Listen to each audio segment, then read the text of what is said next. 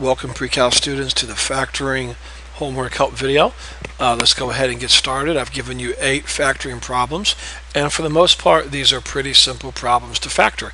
Let's go ahead and take a look at the first problem here that we are going to factor. X squared plus 8x minus 9. Now the first thing I want you to notice is that you're factoring a trinomial, okay? And it's a quadratic trinomial. That means your highest power is 2. It's a quadratic, and your lead coefficient is 1. So whenever your lead coefficient is 1, the first thing you do is you list out all the factors of your constant term, and we have a negative 9. So we list each factor 2 times. So 1 times 9, 1 times 9, 3 times 3, 3 times 3. All right, and it's a negative 9 that we're dealing with, so a positive times a negative is a negative 9, and a negative times a positive is a negative 9, and a positive times a negative and a negative times a positive. Now, only one of these 4 sets adds up to your middle coefficient, and your middle coefficient is positive 8. Only one of these groups. Well, this one right here does. If you were to add negative 1 and positive 9, you would get a positive 8. And so the factorization would be x minus 1, x plus 9. Okay, there we go. We just very quickly factored a quadratic trinomial with a lead coefficient of 1. Let's try the next problem. Okay, first of all, we notice that we have a trinomial quadratic with a lead coefficient of 1. And I forgot to mention this in the last problem, but always pull out what's common first, okay? And so if I look at this, there's really nothing common I can pull out. There is not a t in every term. There's no t with this term, and there's really no number that I know of that goes into 1, 10, and 21 evenly. So there's nothing I can factor out. So the next thing I'm going to do, because my trinomial has a lead coefficient of 1, I'm going to list out the factors of 21. And I'm going to list each one out twice. 1 times 21, 1 times 21, 3 times 7, 3 times 7. Please notice it is a positive 21, and so a positive times a positive is a positive, and a negative times a negative is a positive, and a positive times a positive, and a negative times a negative. Now, only one of these sets adds up to your middle coefficient, which is negative 10. And of course, the only set that adds up to negative 10 is this set right here. So those are the 2 numbers that you want to use. So the factorization would be, and I know that I'm going to use t because t is right here in the middle. In the last problem, the reason that I used x right here and right here is because I had an x with my middle term. And so I have a t right here, so I'm going to put a t here and a t here, and then I'll put negative 3, negative 7. Now, by the way, you could also put, if you wanted to, t minus 7 and t minus 3. Alright, same thing back here with this problem. You could have also written for your answer x plus 9 and x minus 1. Okay? Alright, let's continue on to our third problem. Now, step 1, we're always going to pull out what's common. All 3 terms do not have a y, so there's nothing I can factor out, and there's no number that I know of that goes into 1, 3, and 18 evenly. So there's nothing I can factor out. So step 2, I look at my trinomial and I realize I have a quadratic trinomial with a lead coefficient of 1. So I'm going to list out all the factors of my constant term, which is negative 18.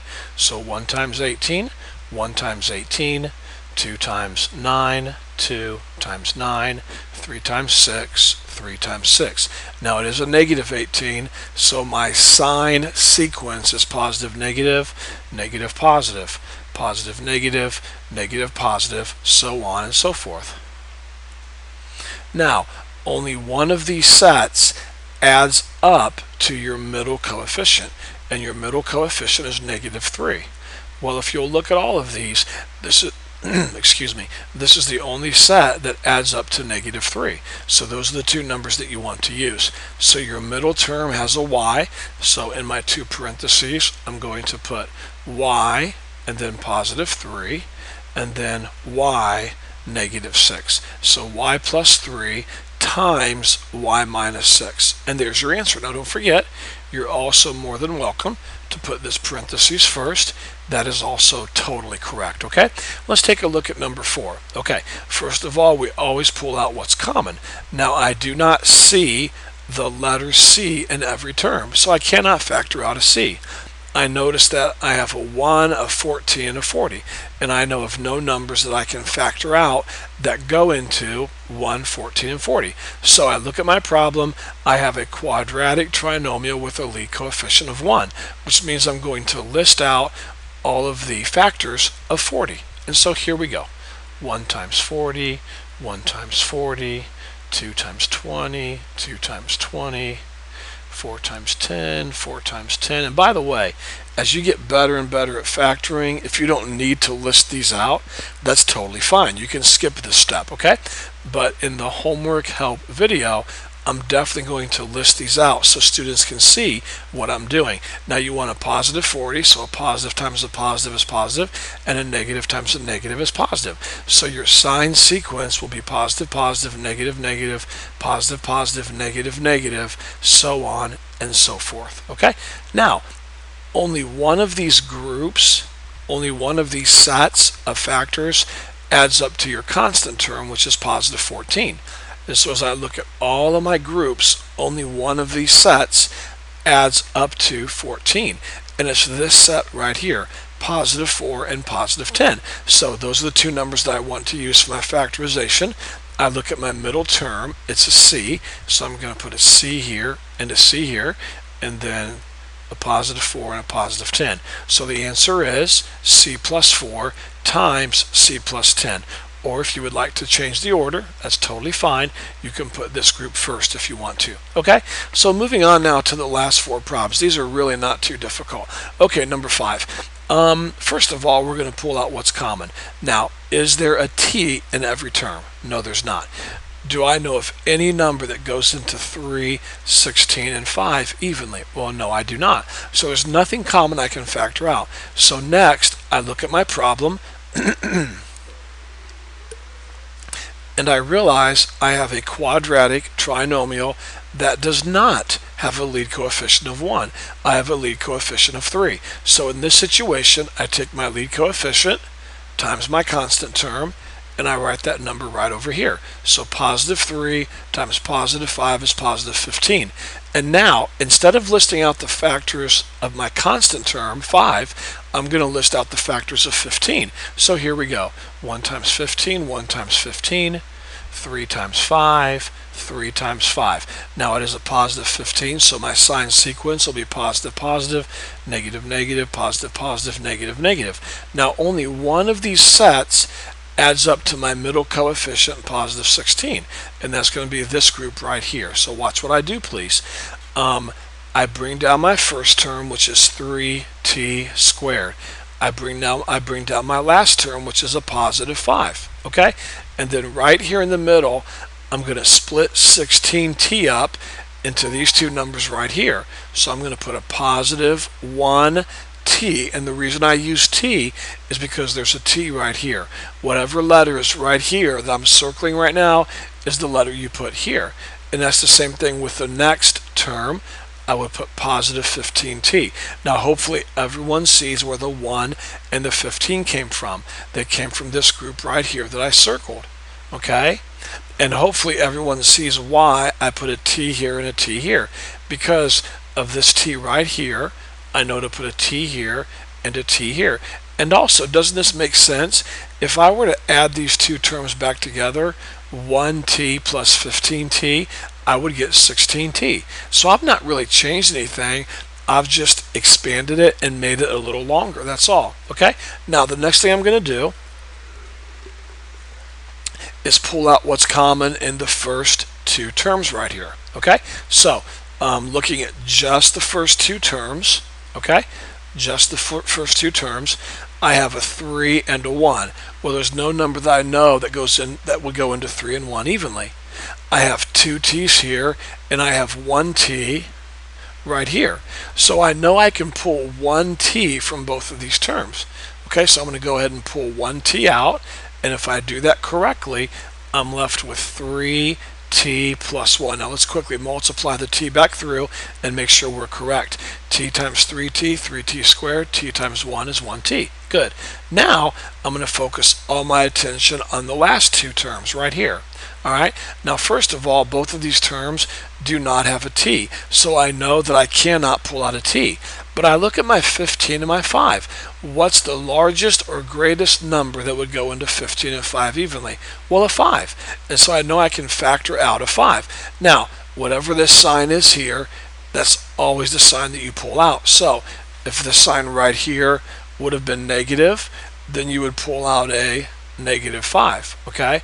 But since this sign right here is positive, right here, then you're going to pull out a positive 5.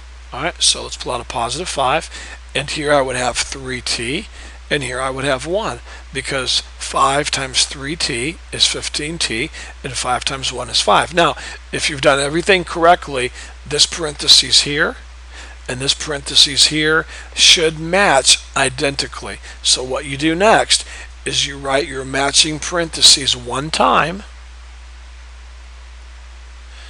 and then in your other parentheses you take this term here that you pulled out and this term here that you pulled out, and you put them right down here together, t plus 5. So your answer would be 3t plus 1 times t plus 5. Now that's totally acceptable, and don't forget, if you want to put this group first, that's totally fine. Okay? Alright, let's continue on to the last three problems. Now when I look at number 6, I first of all try to pull out what's common. Now there's not a b in every term, there's no b with this term, so I cannot factor out a b. Notice my coefficients or my numbers are 6, 11, and 2. I know of no number that goes into 6, 11, and 2 evenly, so there's nothing I can factor out. So next I say to myself, okay, what do I have here? Well, I have a quadratic trinomial with a lead coefficient that's not 1. So because this 6 right here is not a 1, I take this lead coefficient, multiply it times my constant term, and I write it right over here. Okay, so 6 times negative 2 is negative 12. Alright, now I'm going to list out all the factors of negative 12. So 1 times 12, 1 times 12, 2 times 6, 2 times 6, 3 times 4, 3 times 4. And I have a negative 12, so that's a positive times a negative, and then a negative times a positive. And we would use that same sign sequence over and over all the way down through here. Now, which set of these, or which group of these numbers do you want to use? Well, look at your middle coefficient. Your middle coefficient is negative 11. Only one of these groups over here adds up to a negative 11, and it's going to be this one right here. A positive 1 plus a negative 12 is a negative 11. So I bring down my first term, I bring down my last term, and I leave a pretty good space right here. Okay, and in that space I'm going to write two terms. Now my first term will be, we'll see this positive 1 right here. I'm going to put a positive 1, and then because my middle term here has a b, I'm going to put a b with it. And then for my second term here, I'm going to put negative 12, and then because my middle term has a b, I'm going to put a b. So there we go. I have rewritten this trinomial as a 4-term polynomial. Now remember what to do. We look at our first two terms and we pull out what's common in our first two terms. Okay? Well, they both have a b, so I know for sure I can factor out a b. I have a 6 and a 1 for my coefficients. There is no number that I know of that goes into 6 and 1 evenly, so there's no numbers I can pull out, but I can pull out or factor out a b. So if I do that correctly, I'm left with 6b plus 1. Let's check it real quick. b times 6b is 6b squared, b times 1 is b. Now I come over here. I'm going to focus all my attention now on these last two terms. Do both of these terms have a b? No, they do not, so I cannot factor out a b. However, I have a 12 and a 2. What's the greatest number that goes into 12 and 2 evenly? Well, a 2. So I am going to pull out a 2. Remember what I taught you on the last problem. Whatever this sign is right here is always the sign that you pull out right here with it. So you're going to put a negative 2. Now watch your signs on the inside. Be very careful, okay? I'm going to put a 6b plus 1. Now let's see if that works. Watch carefully. Negative 2 times 6b is negative 12b. And negative 2 times positive 1 is negative 2. So everything's good. And notice my two parentheses do match. So I'm going to write 6b plus 1. Write that one time. And then in your other parentheses, you will write b minus 2. And so your answer would be 6b plus 1 times b minus 2. And of course, if you want to write this group first, that's totally fine. Two more problems and we're finished, okay? Okay, on this problem here, first of all, we're going to pull out what's common.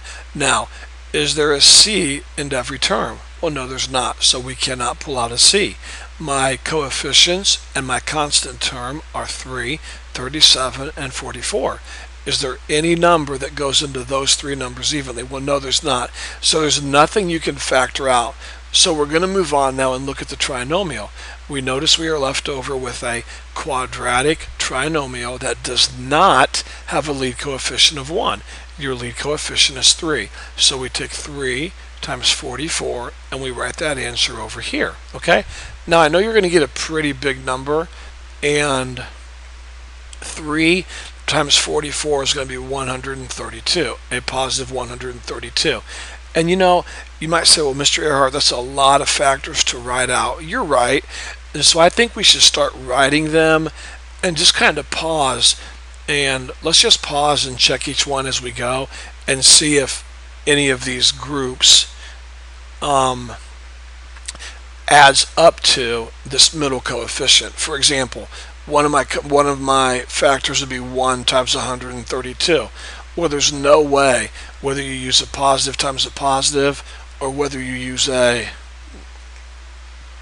negative times a negative, there's no way any of those two numbers will add up to negative 37, your middle term right here.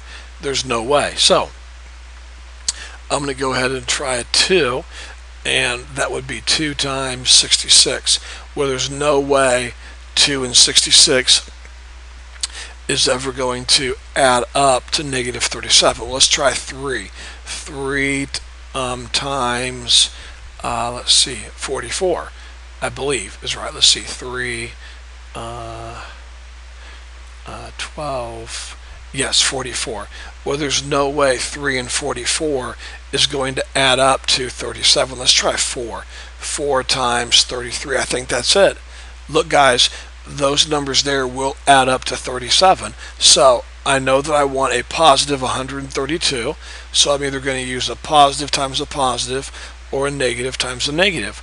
Well, you don't want a positive and a positive because you want these two numbers to add up to a negative 37. So I'm going to have to use negative 4 and negative 33.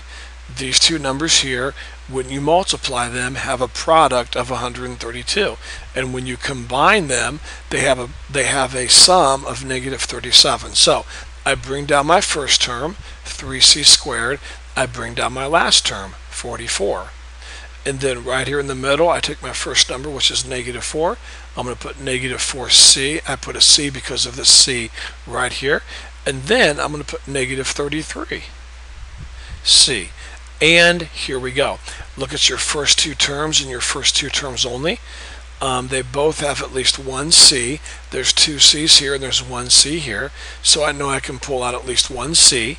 My coefficients are 3 and 4. I know of no number that goes into 3 and 4 evenly, so there's no number I can factor out. The only thing I can factor out is going to be a c. So I'm going to go ahead and factor out a c. And if I do that correctly, I'm left with 3c minus 4. Okay? So c times 3c is 3c squared, and c times negative 4 is negative 4c. Okay? Now let's come down here and let's take a look at these last two terms right here. They both do not have a c, so there's no way I can factor out a c. However, when I see the coefficient of 33 and the coefficient of 44, I think right away of the number 11. 11 is the biggest number that goes into both of those numbers, so I am going to factor out an 11.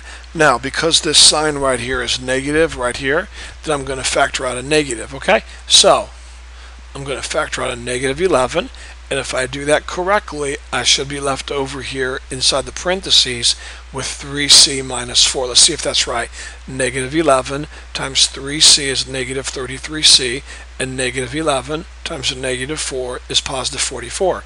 Well, your parentheses should match, and they do, so you write your matching parentheses one time, and then you're left over with c minus 11 in your other parentheses, okay? So your answer would be 3c minus 4 times c minus 11, or if you want to put this parentheses first, that'll be totally acceptable, okay? Last problem and we're finally finished. Okay, when I look at this problem here, I first of all realize there's nothing common I can factor out. There's not a t in every term, and I have a 6, a 1, and a 70. I cannot think of any number that goes into those three numbers evenly. So there's nothing I can factor out. So the next thing I realize is I have a quadratic trinomial that does not have a lead coefficient of 1. So I'm going to take 6 times negative 70 and write my answer way over here. And if I do that correctly, I will get negative 420. Now, I know that's a huge number, and there's no way that we want to list all of those factors out. But can I please show you something, students? Please listen to me.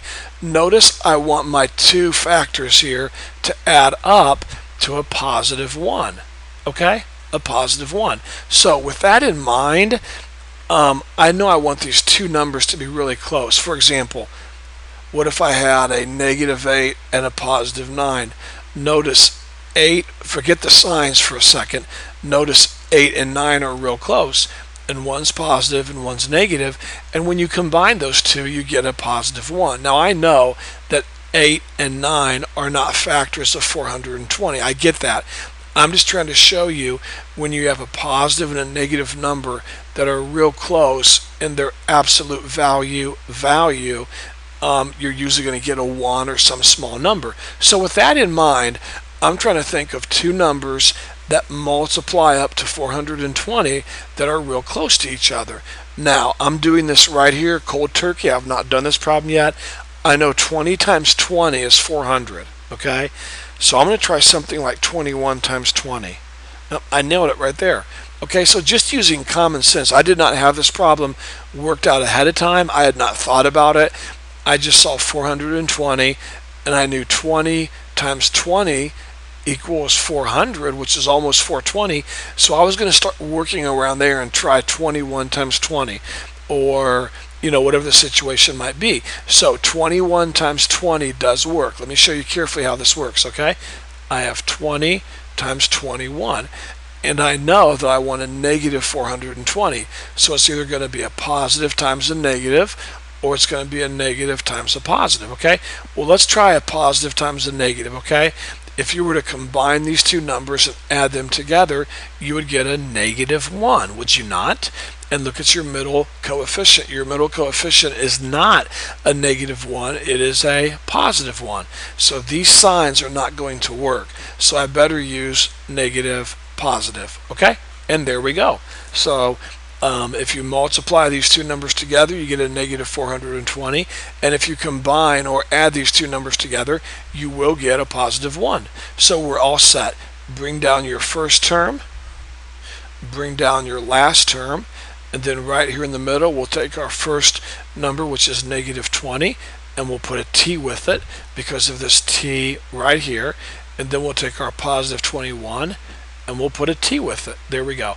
Now let's pull out what's common, or let's factor out what's common in your first two terms. So here we go. I have a 6 and a 20.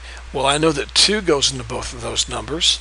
I think 2 is the largest number that does, and I can also factor out a t from both of those terms. So I'm going to pull out a 2 and a t. Let's see what we're left over with. It should be 3t minus 10. Let's see if that's correct. 2t times 3t is 6t squared, and 2t times negative 10 is negative 20t. So far so good. Now let's take a look at our last two terms. Let's pull out what's common. Now we know there's not a t in both terms, so we cannot pull a t out. However, the largest number that I can think of that goes into 21 and 70 would be 7. So I am going to factor out a 7. Now, is it positive or negative? Well, look at this sign right here, and whatever that sign is, that's the sign you want to put right here. So it is a positive 7. Now, inside the parentheses, I should put, I believe, 3t minus 10. Let's see if that's right. 7 times 3t is 21t, and 7 times negative 10 is negative 70. Now, your two parentheses should match, and they do. So I'm going to write 3t minus 10. And then the other parentheses, I'm going to write 2t plus 7. So the factorization for this trinomial would be 3t minus 10 times 2t plus 7, or you can put this group in front, and that is totally acceptable. Okay? I hope this homework help video has been a help to you.